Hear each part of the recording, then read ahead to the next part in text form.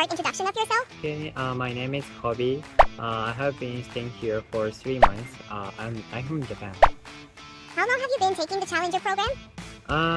First, I took Challenger for 2 weeks, Rookie Challenger, and after that, I took Pro Challenger 4 weeks.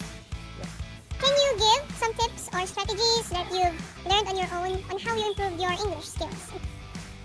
If you take Challenger, I recommend you to take it with your friends because if you take it alone, you will feel it's difficult because other students can speak Japanese or mother language, but I have to speak English only.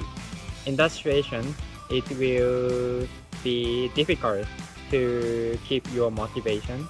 So if you join with your friends, you can improve and teach the expression each other.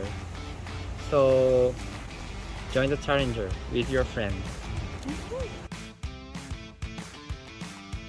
Take the challenge and enjoy the journey.